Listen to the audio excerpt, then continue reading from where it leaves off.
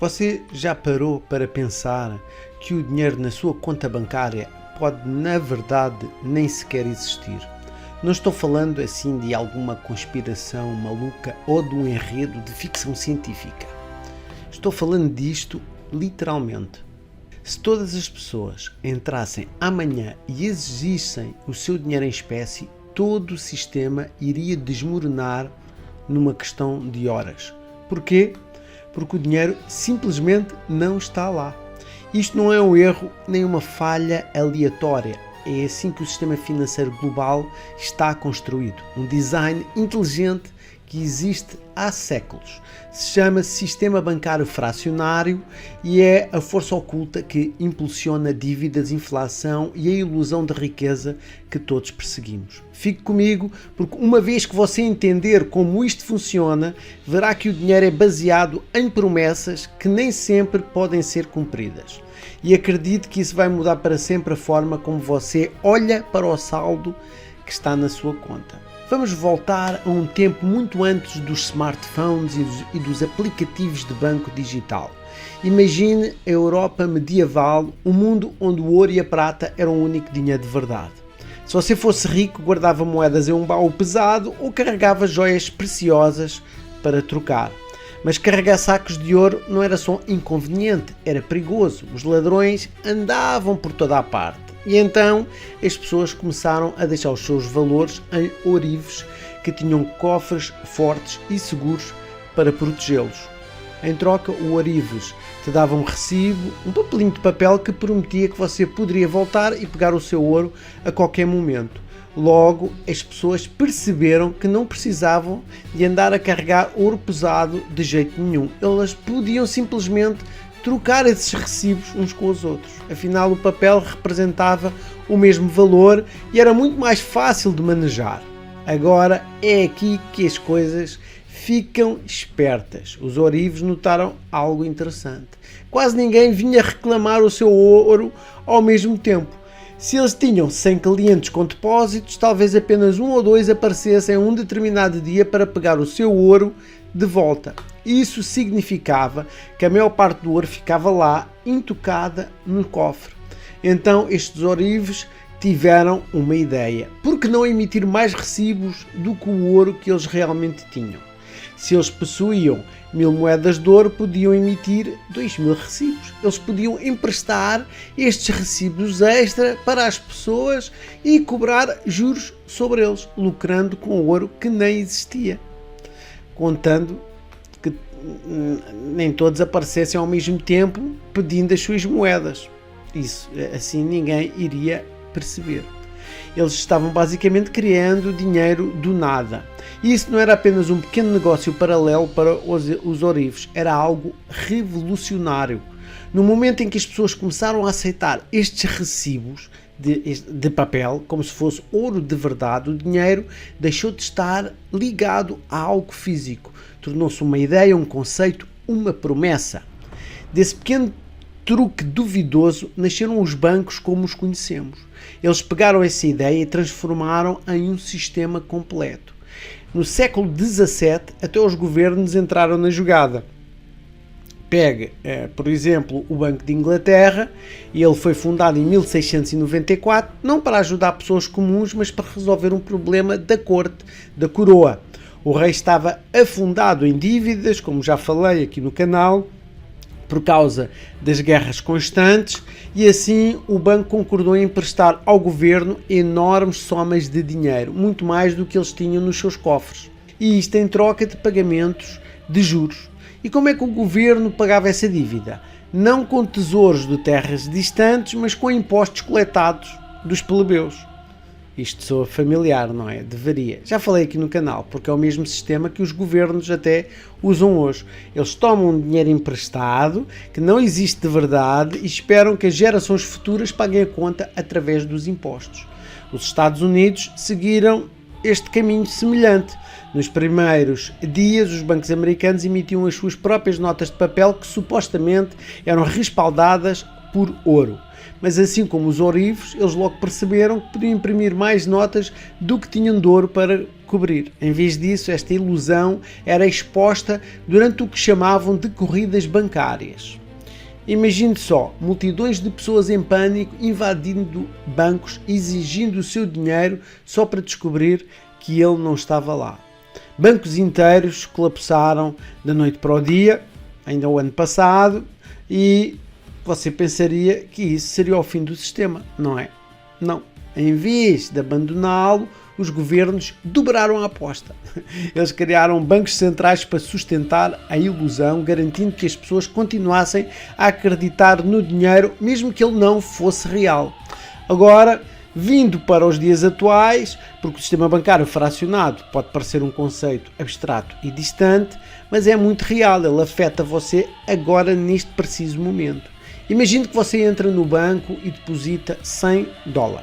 Você provavelmente acha que esse dinheiro está seguro na sua conta. Fica lá só esperando para você usá-lo. Mas aqui está a verdade. O banco só precisa de manter uma pequena parte disso nas mãos deles. No passado, eles poderiam ser obrigados a manter 10% apenas o que significava que guardavam $10 e iriam emprestar outros 90.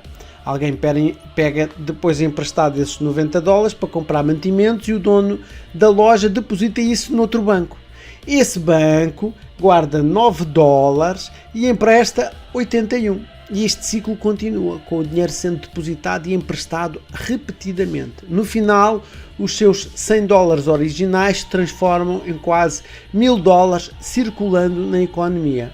Mas aqui está o ponto principal. Apenas os primeiros $10 existem como dinheiro real. O resto é só dívida, promessas de pagar de volta com juros. Se isto o surpreendeu, prepare-se porque ainda fica mais louco. Hoje, nos Estados Unidos, os bancos não são obrigados a manter qualquer reserva. Isso mesmo, desde março de 2020, o Federal Reserve definiu a exigência da reserva como zero. Nem um único dólar precisa de ser mantido contra o dinheiro que você deposita. Então, se não há uma regra de reserva, o que é que impede os bancos de emprestarem quantias infinitas de dinheiro? Bem, existem ainda outros limites em vigor, como as regras de capital e liquidez definidas como um quadro global chamado Basileia. Estas regras foram criadas após várias crises financeiras e especialmente a grande de 2008. Elas são decididas por um grupo de banqueiros centrais e reguladores que se reúnem na Basileia, na Suíça, no Banco de Compensações Internacionais, que é uma espécie de banco central de todos os bancos centrais. Essas não são leis aprovadas por oficiais eleitos, são diretrizes feitas por especialistas não eleitos. E aqui está uma maneira simples de pensar sobre isto. Os bancos precisam mostrar que têm dinheiro suficiente próprio, chamado capital próprio, para cobrir perdas potenciais. Por exemplo, se um banco quer fazer um empréstimo arriscado de $100, pode precisar de ter $8 dos seus próprios fundos como rede de segurança.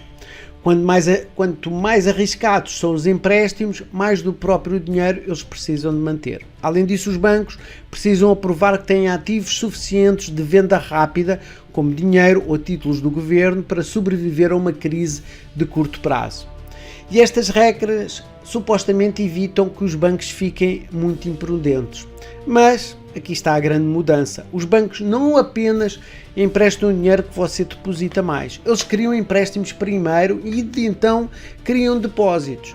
Quando você pega uma hipoteca, o banco não tira dinheiro de um cofre. Eles simplesmente digitam um número novo na sua conta. E esse dinheiro existe porque você prometeu pagá-lo de volta.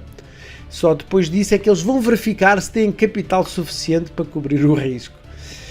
Isto significa que mais de 90% do dinheiro em circulação hoje não é dinheiro físico ou reservas de um banco central. É dinheiro criado por bancos comuns no momento em que emitem um empréstimo. Dinheiro feito do nada. Pense nisto por um segundo. O dinheiro na sua conta corrente não é o mesmo que os dólares que o Federal Reserve imprime. É dinheiro criado por bancos, nascido como dívida. É por isso que a quantidade de dinheiro no sistema continua crescendo enquanto as pessoas continuam pegando empréstimos. Também é por isso que toda a crise financeira se resume a uma perda de confiança. Se os tomadores de empréstimos não conseguem pagar os seus empréstimos ou se os bancos não conseguem continuar rolando a dívida, todo o sistema começa a desmoronar. Esta configuração leva a 3 grandes problemas inevitáveis. Primeiro, a inflação. Como os bancos continuam transformando os mesmos dólares em mais e mais crédito, o valor de cada dólar diminui. Os preços sobem não apenas por causa da oferta e demanda, mas porque o próprio dinheiro vale menos. Segundo, há a dívida interminável. Como o dinheiro vem à existência como empréstimo, sempre há mais dívida no sistema do que dinheiro para pagá-la. Os juros tornam impossível quitar totalmente a conta. Alguém em algum lugar sempre tem que dar o calote, refinanciar ou pegar ainda mais emprestado. Terceiro, isto concentra poder. Os bancos ganham juros sobre dinheiro que nunca tiveram de verdade. Os governos usam este sistema para pagar por guerras, programas sociais e resgates sem sequer aumentar os impostos imediatamente. Enquanto isso, os ricos que possuem coisas como casas, criptomoedas, ações e outros bens, outros ativos, se beneficiam à medida que a inflação eleva esses preços. Mas para os trabalhadores comuns, os salários simplesmente não conseguem acompanhar os custos crescentes. Quando este sistema tropeça, as rachaduras na ilusão se tornam óbvias. Olhe para a Grande Depressão de 1929. Os bancos tinham emprestado muito mais do que tinham em reservas, alimentando uma enorme bolha no mercado de ações. Quando o pânico começou, as pessoas correram para sacar o seu dinheiro, mas ele não estava lá. Milhares de bancos fecharam, colapsaram e a mesma coisa aconteceu em 2008. Os bancos tinham criado toneladas de crédito através de negócios arriscados de hipotecas e construíram uma bolha imobiliária sob as mesmas promessas instáveis. Quando as pessoas começaram a dar o calote, o sistema quase colapsou. E o que é que os governos e os bancos fizeram? Bom, eles intervieram despejando trilhões de dólares no sistema para manter a ilusão viva. Eles salvaram o truque porque sem ele a economia moderna iria parar. Então, vamos lá ampliar agora para o panorama global. Nos Estados Unidos, as exigências de reserva desapareceram. Em lugares como na Europa, Reino Unido, Canadá e Austrália, elas sumiram ou se tornaram irrelevantes e todos dependem agora das regras de Basileia. Enquanto isso, em economias em crescimento, como China, Índia e Brasil, as exigências de reserva ainda existem, muitas vezes são definidas bem altas para controlar quanto os bancos podem emprestar. Mas mesmo aqui, no Brasil, as regras de capital de Basileia desempenham um grande papel em decidir quanto risco os bancos podem assumir. Não importa onde você esteja no mundo, o controle real sobre a criação de dinheiro não é sobre dinheiro em um cofre, é sobre regulamentações decididas na Basileia, na Suíça. E aqui está a dura verdade. Este sistema não pode sobreviver se você estiver livre de dívidas. Se todos os lares pagassem todos os seus empréstimos amanhã, a oferta de dinheiro iria diminuir drasticamente, os bancos não teriam mais nada para emprestar e as economias parariam. A ilusão depende da sua participação, da sua disposição de pegar emprestado, gastar e confiar que os números na sua conta bancária significam algo real. Você não é apenas um jogador neste jogo, você é o combustível que o mantém funcionando e a garantia de ele falhar. É por isso que entender a história é tão importante. O mesmo truque que os ourives medievais lá atrás usavam para lucrar rapidamente foi ampliado para se tornar a espinha dorsal das finanças modernas. E os riscos não desapareceram. Corridas bancárias no século XIX, a Grande Depressão no século XX, a crise financeira de 2008, todos são lembretes que, quando a confiança se quebra, todo o castelo de cartas desmorona. No entanto, toda a vez, a resposta é a mesma. Remendar a ilusão, sustentá-la com mais dinheiro e agir como se nada tivesse acontecido. Então, o que é que você pode tirar de tudo isto? Primeiro, o dinheiro não é o mesmo que riqueza. A verdadeira riqueza não são os números no seu aplicativo no celular que você tem no banco. São coisas como terra, recursos, habilidades, conhecimento e independência. Coisas que mantêm valor mesmo que promessas de papel desmoronem. Segundo, a dívida não é apenas uma ferramenta neutra, é o sangue vital de um sistema construído para beneficiar credores, governos e os ricos às custas de todos os outros. Terceiro, a inflação não é um acidente aleatório, é parte do design. Todo ano você tem que trabalhar mais só para acompanhar os preços crescentes. Isto significa que o sistema está condenado a falhar? Não necessariamente, mas significa que você precisa de repensar como lida com o dinheiro. Guardar dinheiro numa conta bancária não te vai proteger da inflação. Confiar cegamente no sistema não te vai libertar. Construir riqueza real, coisas que existem fora deste ciclo de dívida e preços crescentes, é a única maneira de encontrar segurança financeira. A lição aqui não é entrar em pânico, é estar ciente. Se o seu dinheiro está ligado à dívida de outra pessoa, então a sua liberdade depende de sair dessa máquina o máximo que puder. A história não se repete exatamente, mas segue padrões semelhantes. Os ourivos da Europa medieval, os pânicos bancários dos anos 1800, o colapso imobiliário de 2008, são todos capítulos da mesma história. É uma história sobre um truque que multiplica promessas além do que é real e um público que acredita até que a crença se torne impossível. E deixe-me ser claro, esta história não terminou. Toda a grande crise financeira já vimos que nos mostra que a estabilidade do sistema não vem do ouro ou trabalho árduo, ele vem da confiança. E a confiança é a coisa mais fácil de se perder. Então, da próxima vez que você verificar o saldo da sua conta bancária, lembre-se disto: a maior parte deste dinheiro existe apenas como números digitais, criados por um sistema de dívida que não foi projetado com a sua liberdade em mente. Uma vez que você entenda o truque, pode começar a se proteger dele. Ignore e você não será mais uma peça em jogo onde a casa sempre tem vantagem. Se isso abrir os seus olhos para uma nova forma de pensar, não se esqueça de esmagar o botão de curtir, subscrever e comentar, que isso ajuda imenso aqui o nosso canal. O meu nome é Rulo Divino.